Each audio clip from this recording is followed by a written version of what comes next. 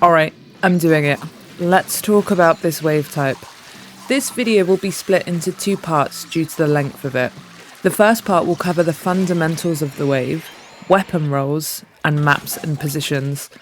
The second part will discuss specials and strategies, including discussion about surviving, meeting quota, managing this wave in Freelance, and of course, wall clinging. My name is Richelski and I make videos that give advice and tips on how to improve in SalmonRun. If you're interested in map-specific guides or weapons or specials, then there's a good chance I've got you covered. There's some playlists in the description if you want to check them out. For today though, I want to talk about Glowflies. From this point on, I'll be referring to it as Rush, as that's how I usually do, so it just rolls off the tongue easier. I'm going to try and condense this video as much as possible and try to give general advice that might help you in Freelance, but I feel like Rush is quite complicated in a way, and it wildly depends on what weapons you have or what map you're on, so I may end up missing some stuff out, but it's why this video is split into two and why it's quite long. And I just want to say this from the outset, I dislike Rush. I feel like it's a failed wave and it doesn't entirely work well, so never feel bad for wiping in this wave. Unfortunately, it's in the game and you will lose to the silliest of reasons, so I promise it's not a reflection on you or your skill if you lose. Let's crack on with part 1. Fundamentals.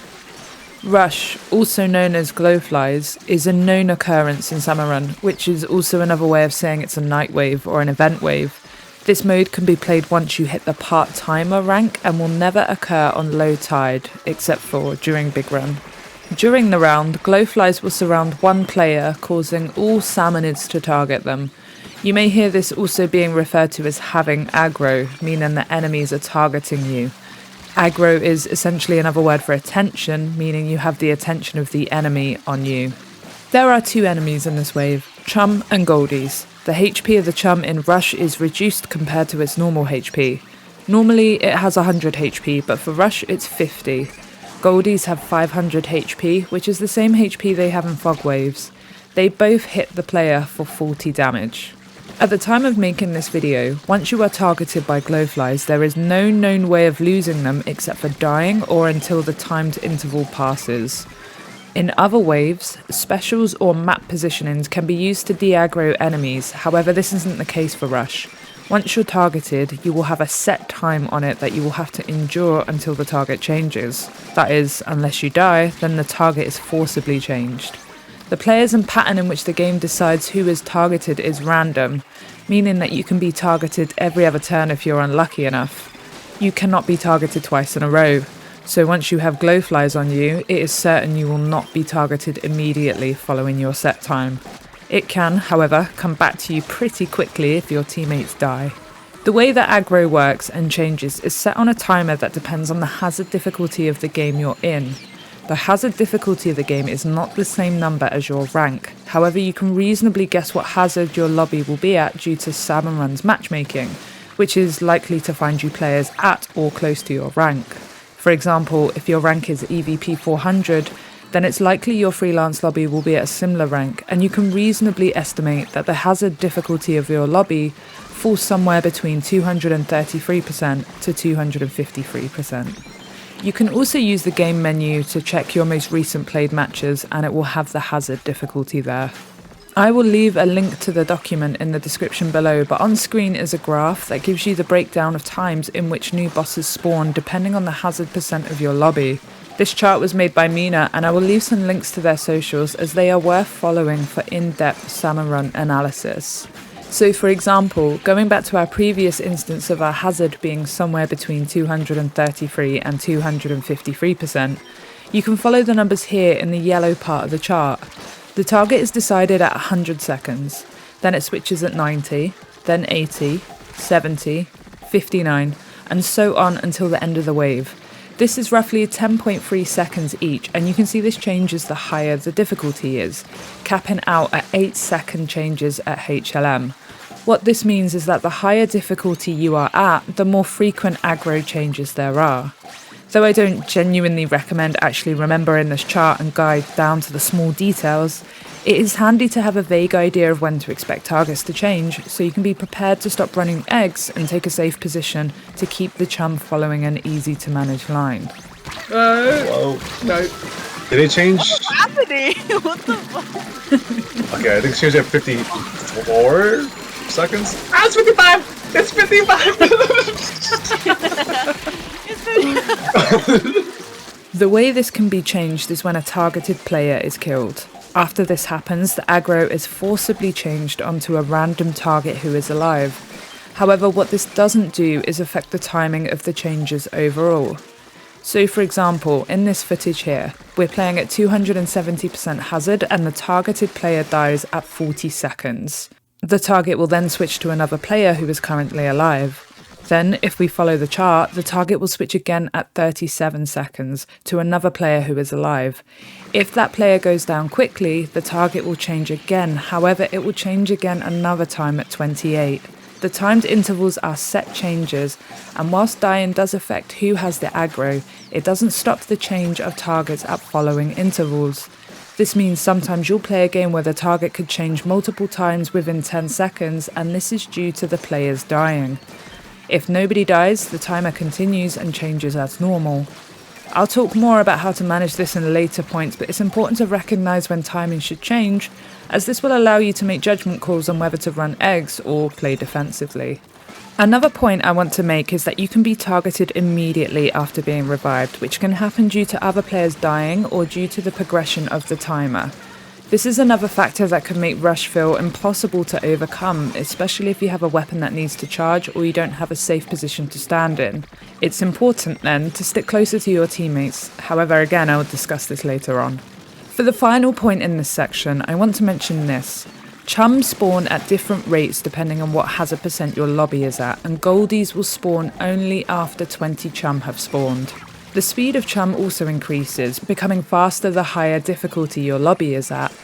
The differences between hazard percent spawn rates don't matter too much in my opinion, but what is important to remember is that the higher the difficulty of your lobby, the quicker the chum spawn and the quicker they move. The way in which Goldies spawn isn't random, but follows a pattern that once 20 chum have spawned, a Goldie will then be able to spawn. There is also a cap on how many chum will spawn overall, so if you're not constantly defeating chum, the newer chum will not spawn and thus new Goldies won't spawn. You'll notice this if you're just running around or stalling, eventually no new enemies will spawn. This is extremely important to remember, as this is likely why when you're in lobbies with players that stall or wall-cling, you don't meet quota. Sorry if you knew all this already, but I think it's important to understand a game's mechanics because then you can understand how to get the most out of the game. I also think all this information builds a backbone to the advice I will be sharing from this point on, as once you break something apart and analyse it bit by bit, you can then look for ways to exploit it or look for the best ways to succeed. Weapon roles. Weapon roles are really important to acknowledge for Rush, and it's important to understand what role you should be taking for the wave. In this section, I'll give some general advice about the weapon classes and how to maximise them, however there might be stuff I missed due to the complexities of comps and being forced to be adaptable in your roles. For rollers, you will need to work diligently throughout this wave and you'll most likely be the player at the front taking on the majority of the chum that come through. Every roller can crush the chum during rush due to their reduced health, so you'll need to be in front of the person with aggro and ensure you don't run out of ink. Avoid the temptation to run eggs and pay strict attention to aggro changes, as you don't want to get caught off guard. Rush is so much easier when you have a roller that can withstand the speed of the chum, and it usually falls apart rapidly if the roller goes down. Not all rollers can crush the Goldies, but ensuring you take down as many of the chum as possible allows your teammates to clear the rest. All blasters are extremely effective at filtering, which means shooting as many of the chum as early as possible to reduce the amount that rush to the player with aggro. Due to the reduced health of the chum during rush wave, every blaster, with the exception of the Grisco variant, for which its fire rate makes up for it, has an AoE of 50 damage or more. This means that indirect shots will kill chum. If you're a blaster during a rush wave, you will need to be up front and at an angle that allows you to shoot the chum from the side, ensuring that the AoE catches them. A lot of blasters are slow and cannot rapid fire, which means that you'll struggle if you play defensively and don't filter chum early. Be mindful of aggro changes and don't stray too far from your teammates, as you'll need to return back to them if you're targeted. Brellas are strong during rush and can reliably carry the wave when used well. All the Brellas have shields that can crush or defeat Chum due to their reduced health, so being able to use the shields well is tantamount to getting the most out of these weapons. With the exception of the Undercover Brella and the Grisco Brella, learning when to fire off the shields, how much ink that uses, and when you can fire off another is worth learning and fine-tuning.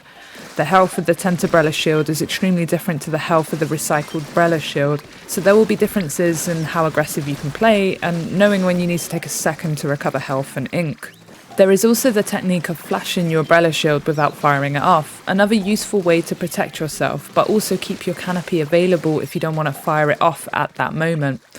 The Undercover Brella cannot fire its shield, but the shield itself does do 50 damage, so it can withstand Chum against it. However, it will break after a while after continued damage, so you'll need to be careful and make time to recover the health of your shield.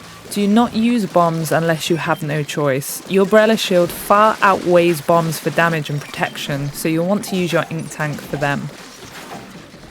For the Slosher class, it's best to arc your shot slightly above the line of Chum, so you're able to take out several at once rather than just the one at the front. Though the AoE of the Sloshers aren't as impactful as the blasters, they're still able to provide valuable AoE damage due to the reduced health of the Chum. All Sloshers' minimum damage or fall-off damage can defeat Chum. I'll talk about the Explosher and Grisco Slosher separately, but all other Sloshers should aim to take aggressive positions, including those that take advantage of height, and manage their ink tanks well so that they can continue to defeat Chum at a reasonable rate and reduce the amount of Chums that target the affected player. For the Explosher and Grisco Slosher, they fall under the class of piercing weapons for rush. Weapons that pierce through enemies are extremely powerful during rush, but a lot of them come with downsides such as slow charge times or high ink usage, so they can feel tricky to maximise. It's also easier on some maps compared to others to take full advantage of piercing due to platforms, turns and walls. With the exception of the Squiffer, I usually find myself standing towards the back of the pack when I have a weapon that pierces, as I'm potentially more vulnerable to dying quickly if things break down. The Squiffer is different as it charges so fast, so you can potentially be a bit more aggressive and help with filtering the Chum. With weapons that pierce, you'll want to try to include damaging the Goldie to defeat them quickly. You'll want to reduce the amount of Chum heading towards the target, as your weapon allows you to take out multiple at once. See yourself as a potential last line of defense in your squad, and take note of timings if you go to run eggs. For chargers, you'll need to tap shot. Regardless of whether the charger you have can pierce or not, tap shotting is inevitable due to the speed of the Chum. GooTuber, for example, is easier to use when tap shotting compared to its charge, and for chargers that don't pierce, you'll need to incorporate tap shotting and full charging together, knowing when to switch between. For chargers that do pierce, if you have a comp that allows you to stand back and charge full shots safely, then you're able to take out lines of Chum, sometimes with Goldies included. This can prove invaluable if there is no weapons with AoE damage on the comp. Essentially, with charges, you need to be willing to take advantage of the potential to pierce, but also recognise when you'll get more value out of tap shotting or using partial charges. Every charger is able to hit for 50 or more damage with tap shots, meaning you can kill Chum this way if needed. For Splatlings, you're at a disadvantage when compared to most other weapons just because you need more downtime to either refill your ink tank or charge your weapon. It varies depending on which Splatling you have too.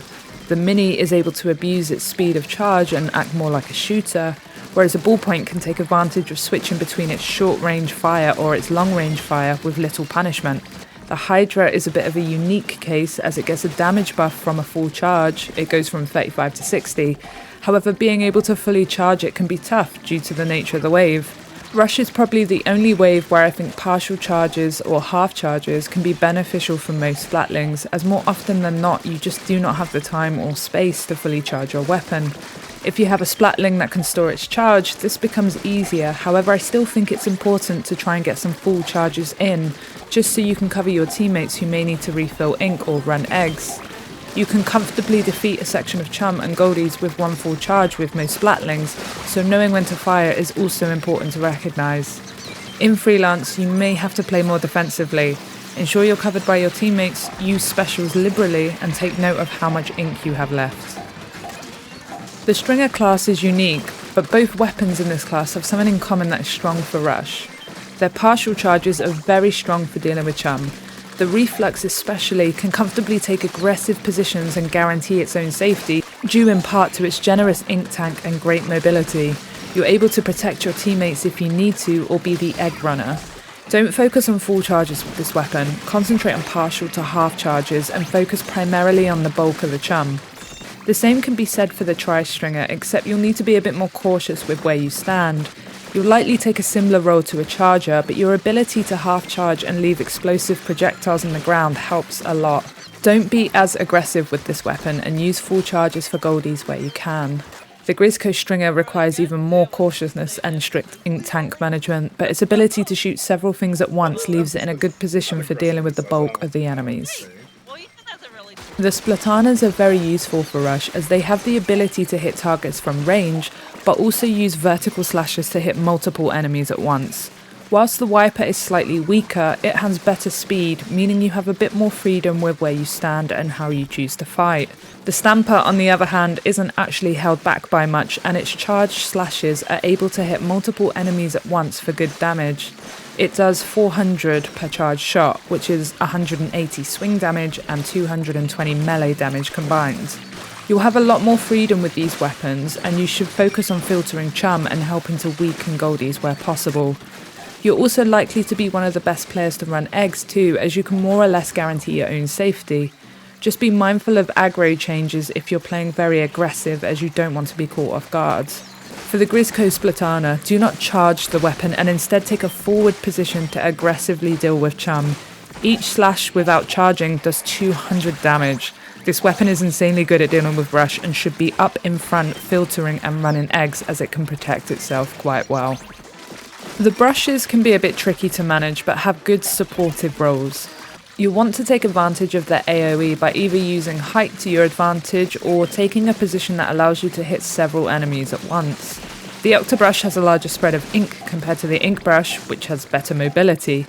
The Paintbrush can actually crush the Chum the way rollers can, and this can be used if you need to, but it's harder to pull off consistently due to its smaller hitbox and the bounce back. In addition, its ink tank is quite punishing too, so you might benefit more from swinging with it from a height or an angle that allows you to defeat multiple enemies at once. You'll be playing supportive with this role, and you'll likely be one of the players to run for eggs, especially if you're the Ink Brush, as you'll have the speed for it. I think for the Octo and Paintbrushes, it's important to constantly refill your ink tanks wherever you can, and to look to assist your teammates wherever you're needed. Lastly, let's talk about shooters and dualies. I've left these last as, at surface level, they're the easiest weapons to use, but also because as one of these weapons, you will be forced to play whichever role is needed in the comp, so there's no strict way to use them. The majority of shooters and dualies can flex to different roles and fill gaps where needed, however it's important to figure out what your weapon is good at and how it will benefit the current comp. The only exception to this is the Grizzco Dualies, which should use its explosive dodge rolls more than the actual weapon itself. Just don't dodge roll too far and don't take the aggro too far away from your teammates. The 96 Gal, the Gluga Dualies, the Splatshot Pro and the H3 are all strong damage-wise, but have slower movement and slower ink recovery, meaning you won't necessarily play super aggressively with these weapons, but you'll be able to assist your team with the majority of the killing. You'll need to take note of how long you can shoot for and when you should recover ink. By contrast, weapons like the Aerospray, N-Zap, Splat Dualies, Splashomatic, L3, Splattershot, 52 Gal and Junior all have fantastic ink efficiency and mobility, meaning you're able to zip around maps and constantly fire without much punishment.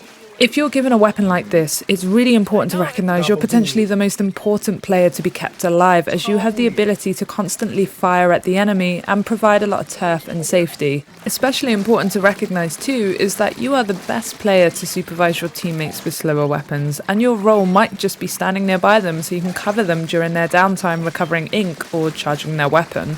If you have a shooter or dualie that has longer range but weaker damage, think Jet Squelcher, Nova, Dualie Squelcher, Squeezer or Dowser Dualies, or unfortunately the Tetras, then you won't play as aggressively as the shorter range shooters, but you will still need to be in a position that constantly allows you to shoot chum. You should also look towards the next wave of spawns and be picking off chum where possible, just to reduce the amount heading towards you.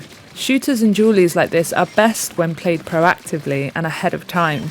You're aiming to reduce the threat that is heading towards you, not trying to reverse a snowball. Lastly, the Sploosh and the Dapples are outliers here, as they have some of the best mobility and ink efficiency of all weapons, but also have incredible DPS and very little punishment. Be at the front, be aggressive, and never stop firing at everything in your path. Do your best not to die and monitor the aggro, as without you, your team might lack DPS, firepower, or the freedom to run eggs. Maps and positionings.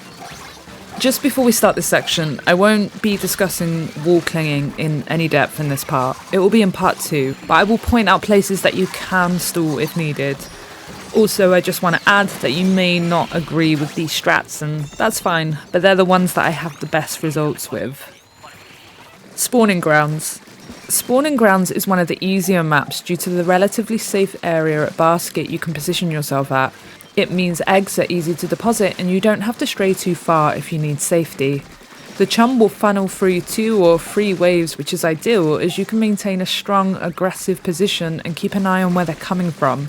Being elevated also gives you the chance to space out slightly and take different positions at the basket area. The main bit of advice I can suggest is to avoid letting enemies up the ramp, as this will either force you back or kill you.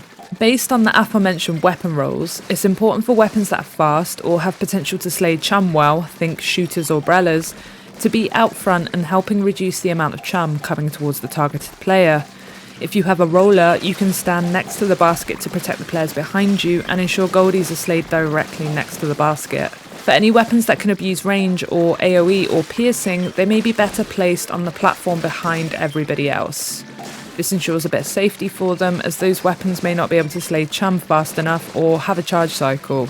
If you're that person here, you should also be the person monitoring when the direction of chum changes and alert your teammates to this. For normal tide, ensure you paint the walls beneath the basket, as they can provide safety. Sometimes you'll need to drop down for egg collection, and having the walls painted means you can move quickly and stay safe if the aggro changes.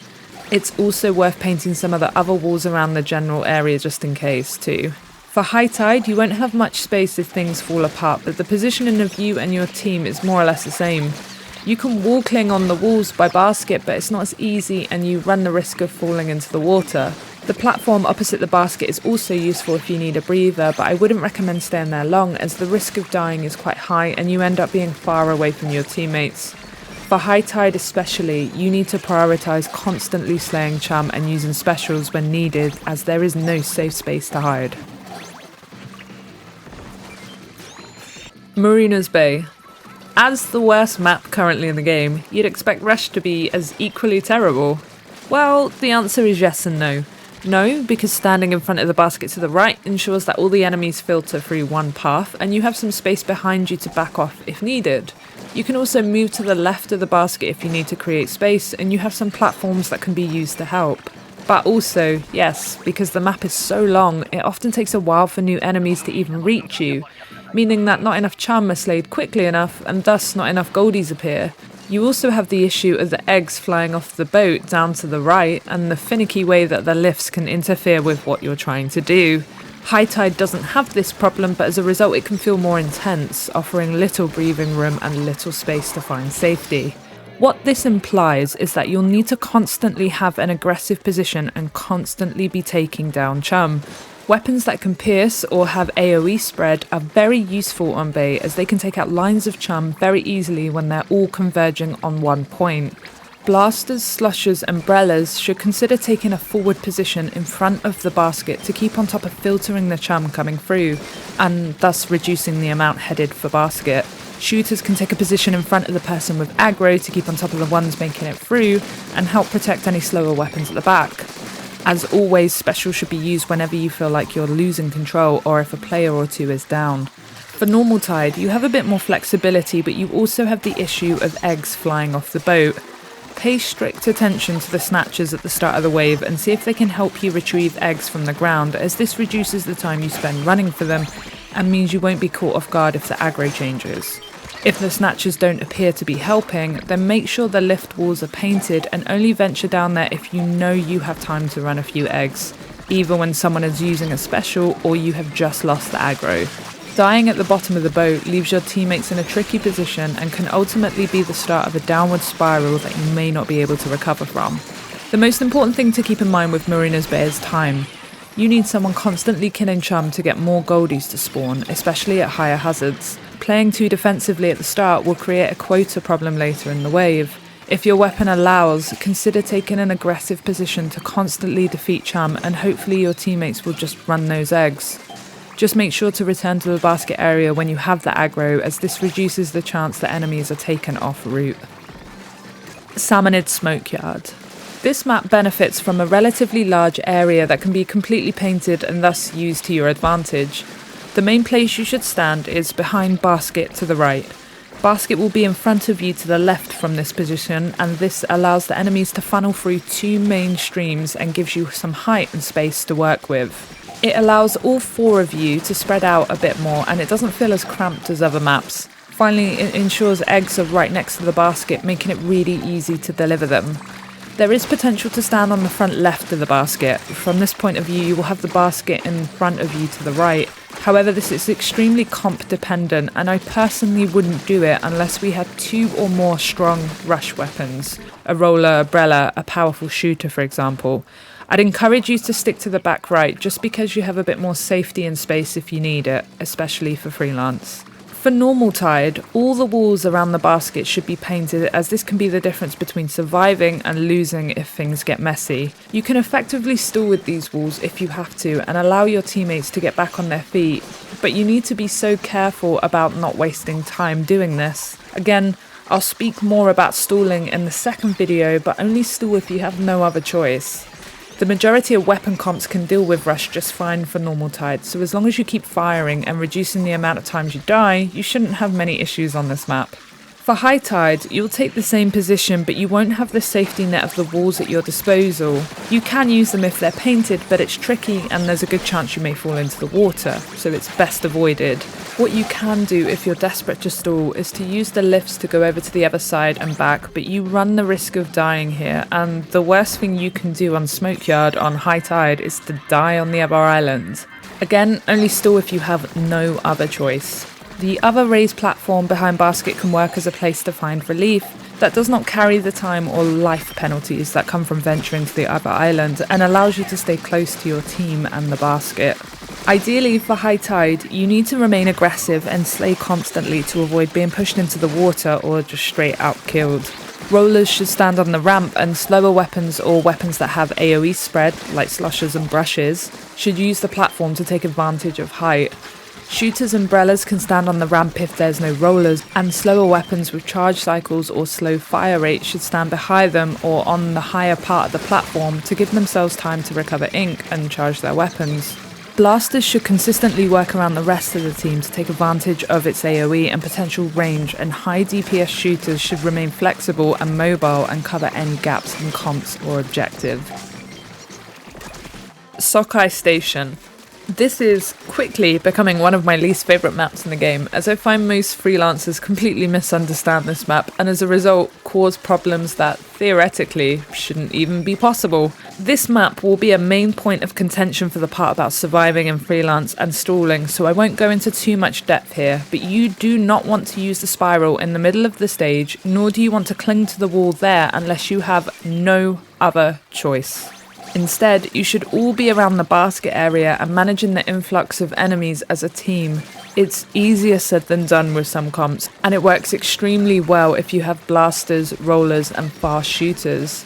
The raised platform on the basket also allows you to manipulate the way the chum feed through, so you're not completely exposed, and allows you to get great AoE damage with brushes, sloshers, and splatanas.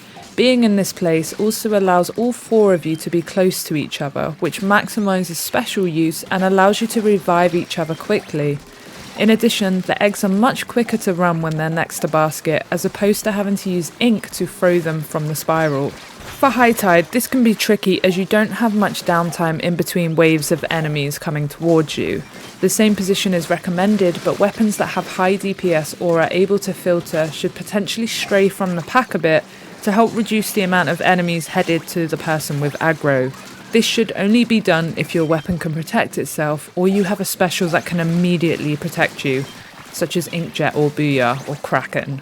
If unable to do this, you should still continue to constantly stay aggressive with the killing and only stall if you feel like you have no choice, such as a weak special or multiple players are down. For normal tide, you have a bit less intensity in the way that enemies come at you, so you shouldn't have many problems if you and your team remain in a steady position and keep the enemy flow stable. Unfortunately, you will see players naturally retreat to the top of the spiral at the beginning of the wave, and sometimes there is nothing you can do to get them down from there, so you will be forced to join them because it's impossible to take on the chum by yourself. You'll just get killed quickly.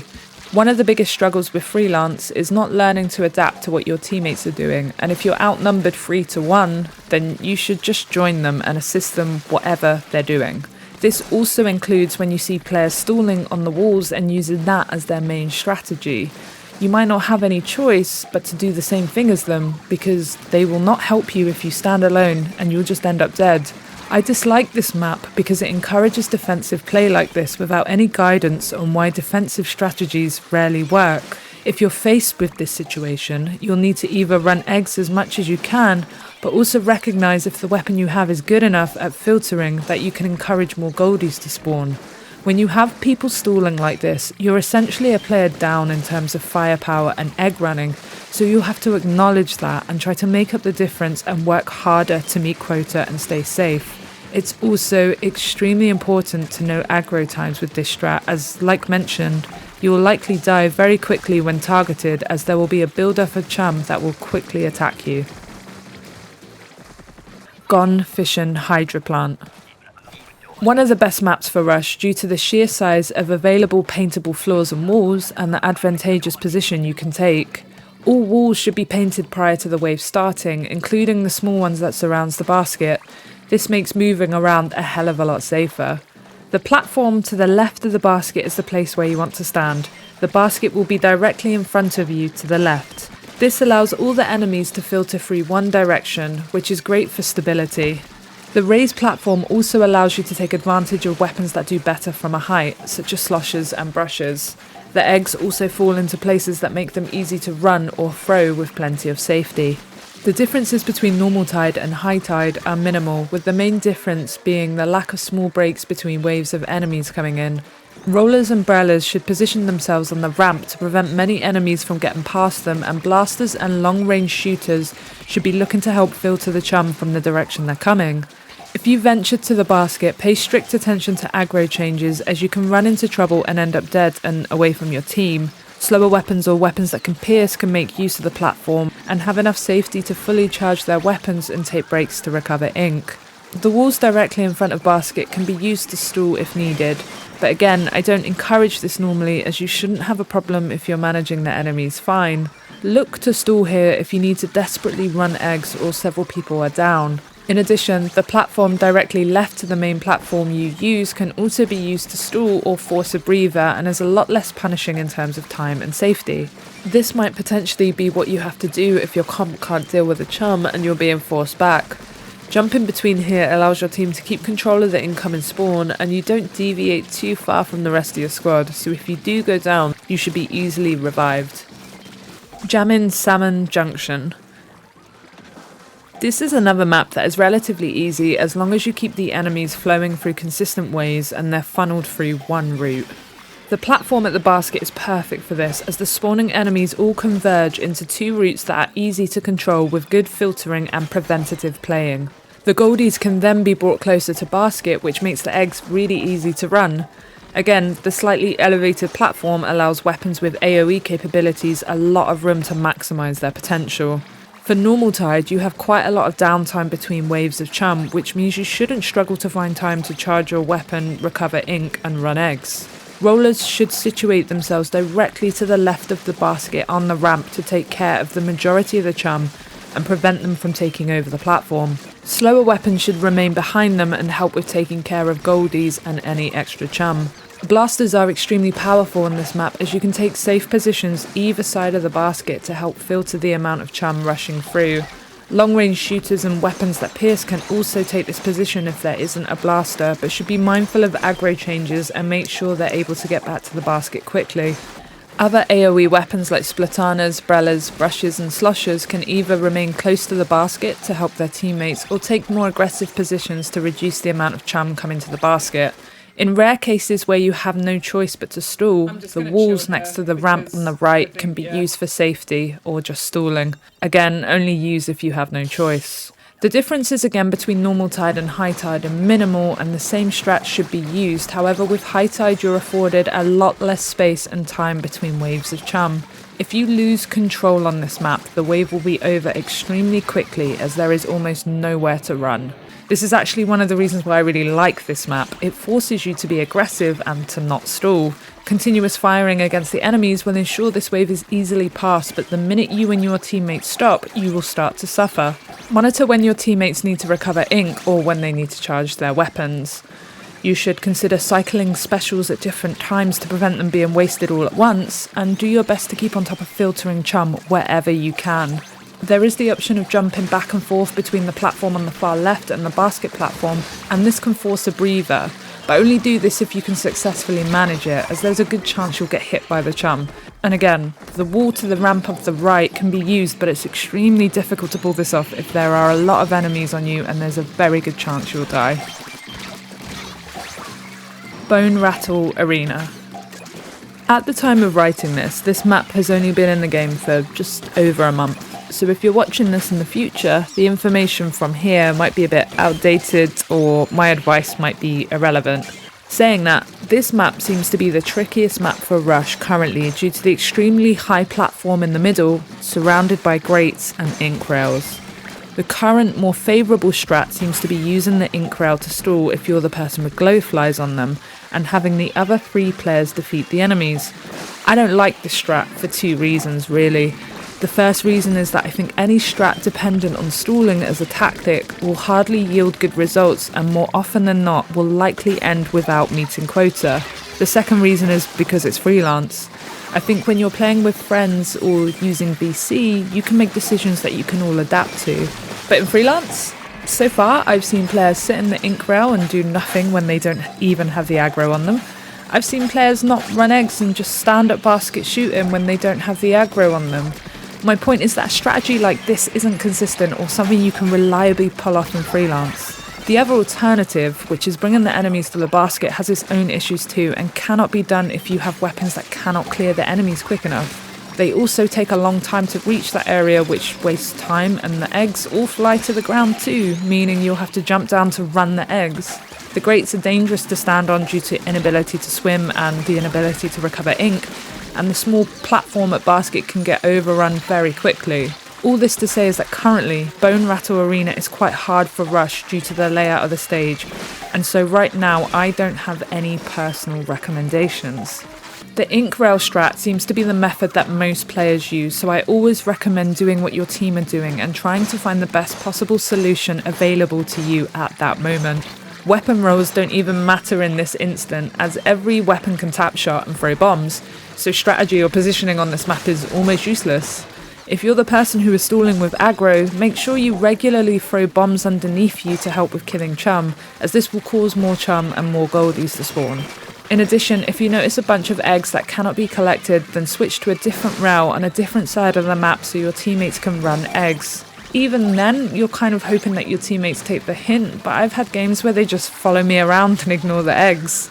If you don't have the aggro on you, you can safely run eggs, and you should do this as often as you can whilst incorporating shooting the chum into it. Make sure you paint the walls around basket too ahead of the wave starting, so you have better movement options. I think the basket strat has potential, but only when the comp allows it. During the random rotation on Bonerattle, I had better success with this strat, but that was only when the weapons we were given allowed this. Think rollers, Brellas, blasters and fast shooters. It was only when the enemies could be comfortably managed did I find success with this strat, so it potentially isn't something you should default to. Like everything else in freelance, be adaptable and consider switching strategies depending on how the wave is going.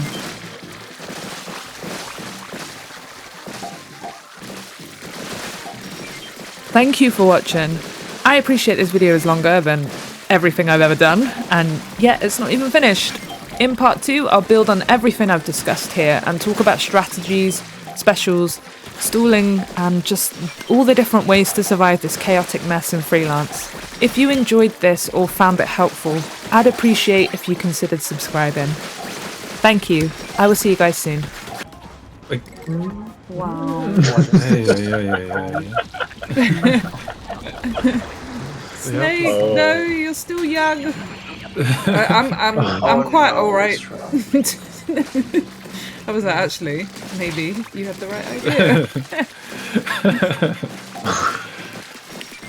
I have no more specials. I'm so dead.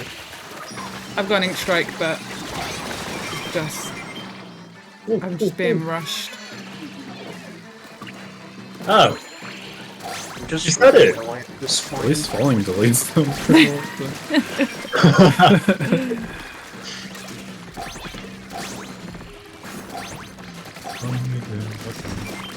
you're stuck.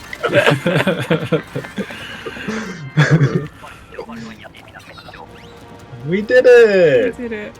Yeah.